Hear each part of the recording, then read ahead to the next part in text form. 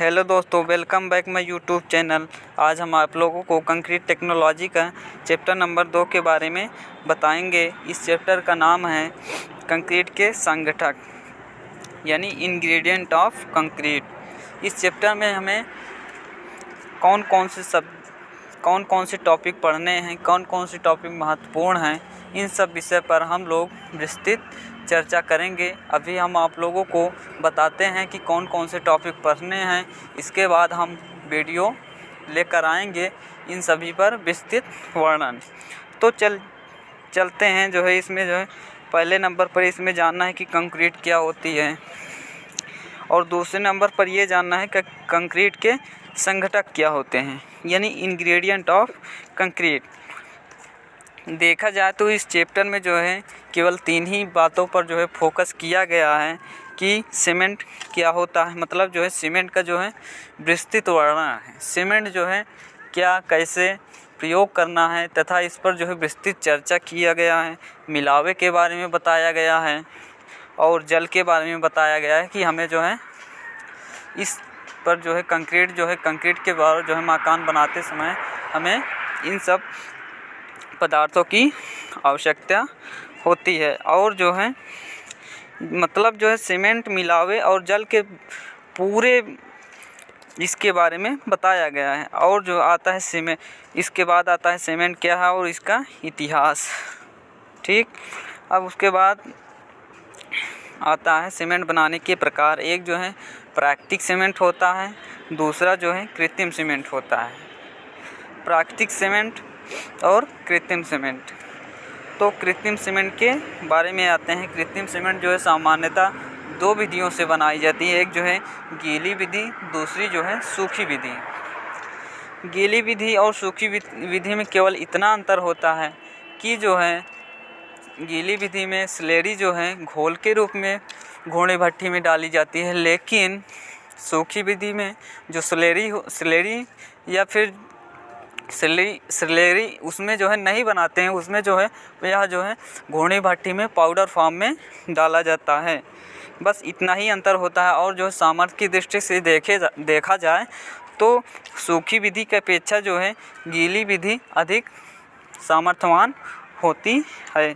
इसलिए आजकल सूखी विधि मतलब इसका प्रयोग कम किया जाता है और गीली विधि के द्वारा सीमेंट का निर्माण अधिकतर किया जाता है।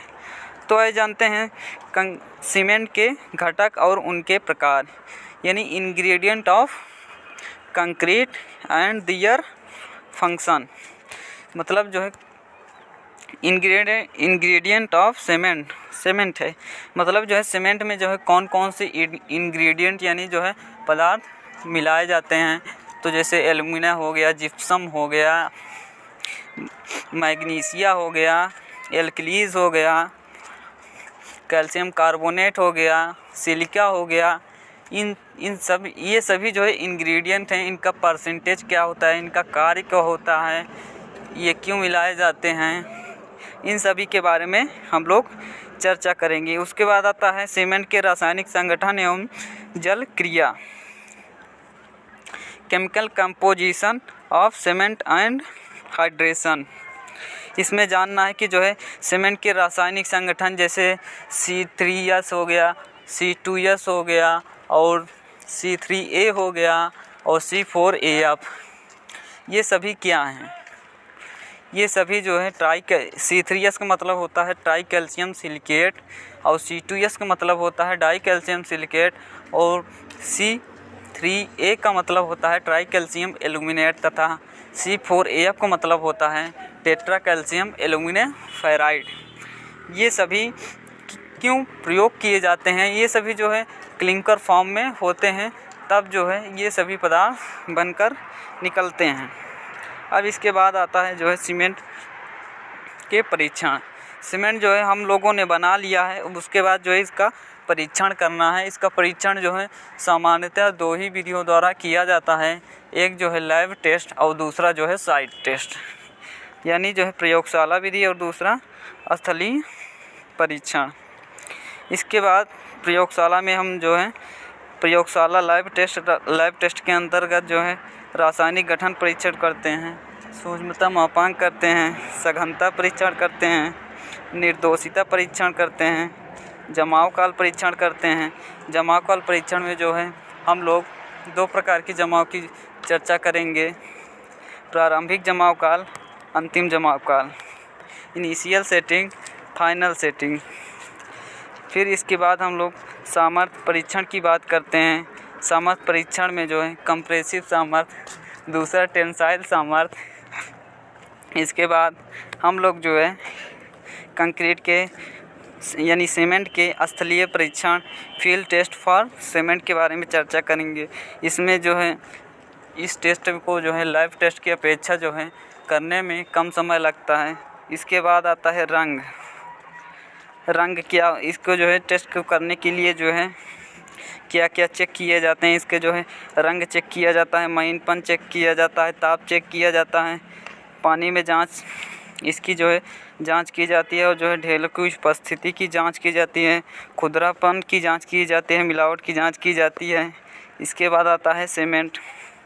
हम लोगों को जो है सीमेंट में कौन कौन से सीमेंट पढ़ने हैं, वैसे तो जो है हमने जो है लगभग 10 के ऊपर ही सीमेंट के बारे में बताया गया है, जिसमें जो है साधारण पोर्टलैंड सीमेंट, दूसरा पोज़ोलाना सीमेंट,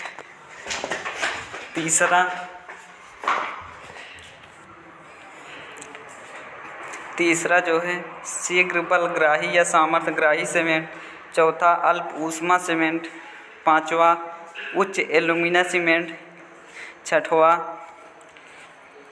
धातुमल या स्लैग सीमेंट। इसके बाद शीघ्र जमने वाला सीमेंट। उसके बाद आता है सफ़ेद सीमेंट, रंगीन सीमेंट, सल्फेट रोधी सीमेंट। उसके बाद आता है प्रसारक सीमेंट यानी एक्सपेंडिंग सीमेंट। उसके बाद जल प्रतिकर्षी सीमेंट, हाइड्रोफोबिक पोर्टलैंड सीमेंट। इसके बाद आता है तेलकू cement, oil well cement, air entraining cement. इन सभी सीमेंटों के बारे में हम लोग विस्तृत चर्चा करेंगे तथा इनका प्रयोग कहाँ किया जाता है, इसमें जो है कौन कौन से घटक होते हैं, इन सभी के बारे में हम लोग चर्चा करेंगे। इसके बाद आता है मिलावा।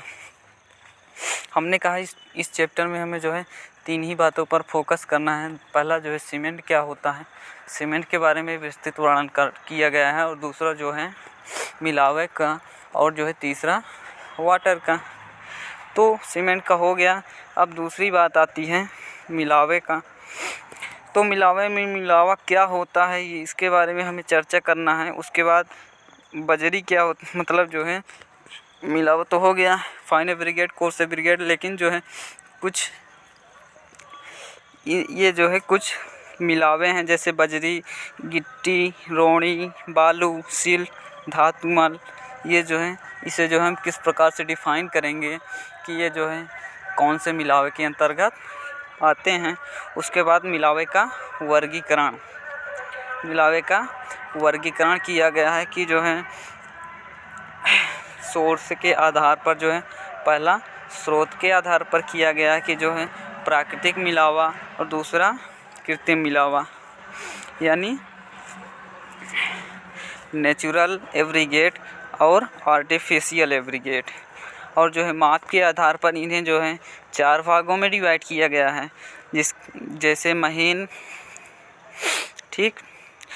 मिलावा, मोटा मिलावा तथा मिश्र मिलावा, यानी फाइन एब्रिगेट, कोर्स एब्रिगेट और मिक्स एब्रिगेट। उसके बाद जो है इन्हें आकार के आधार पर यानी शेप के आधार पर इन्हें जो है 4 भागों में डिवाइड किया गया है। पहला गोल मिलावा यानी गोल मिलावा, आंशिक गोल मिलावा और त्रिकोणीय मिलावा तथा चपटा मिलावा। इसे जो है 4 भागों में डिवाइड किया गया है, और इसे भार के आधार पर इसे 3 भागों में बांटा गया है।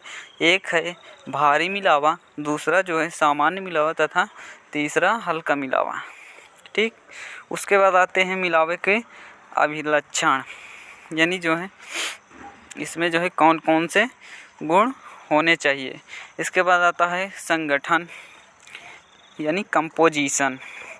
संगठन, इसका कणों का आकार, पार्टिकल साइज कितना होता है, कैसे होता है, सतही गठन उसका जो है किस प्रकार का हो सकता है, विशिष्ट गुरुत्व कैसा होता है, रंध्र स्थान कितने होने चाहिए, क्या होने चाहिए।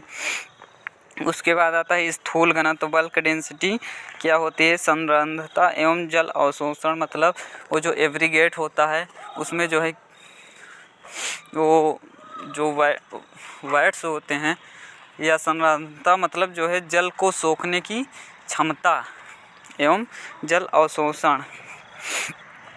इसके बाद आता है बालू का फूलना, बल्किंग ऑफ सैंड क्या होता है, और इसमें जो है क्षतिकर पदार्थ की क्या स्थिति होती है उसके बारे में जानना है। उसके बाद संतलन सामर्थ्य क्या होता है वो जानना है। उसके बाद अपघर्षण प्रतिरोध के बारे में जानना है, संघट्ट परीक्षण के बारे में जानना है।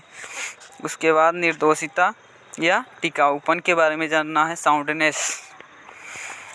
ठीक, उसके बाद आते हैं जो है चालनी विश्लेषण के द्वारा जो है इसे जो है कैसे डिफाइन किया गया है इसके बारे में जानना है। इसके बाद मिलावे के श्रेणीकरण के बारे में जानना है कि जो है मिलावे के श्रेणीकरण में महीन मिलावा, मोटा मिलावा तथा मिश्र मिलावा। उसके बाद आता है श्रेणीकरण के लिए जो है चार्टों की व्याख्या, चार्टों ने जो है श्रेणीकरण के लिए क्या व्याख्या की है। उसके बाद आता है सूक्ष्मतः मापांक यानी फाइनस मॉड्यूलस, और अंत में जो है जल के बारे में चर्चा की गई है इस चैप्टर के बारे में। तो आई होप आपको जो है वीडियो के माध्यम से यह स्पष्ट हो गया होगा कि हमें चैप्टर 2 में कौन कौन से टॉपिक पढ़ने हैं, इतना ही पढ़ना है। ठीक, ओके, बाय बाय, धन्यवाद। अगर वीडियो अच्छा लगे तो वीडियो को लाइक कीजिए, शेयर कीजिए एंड चैनल को सब्सक्राइब कीजिए।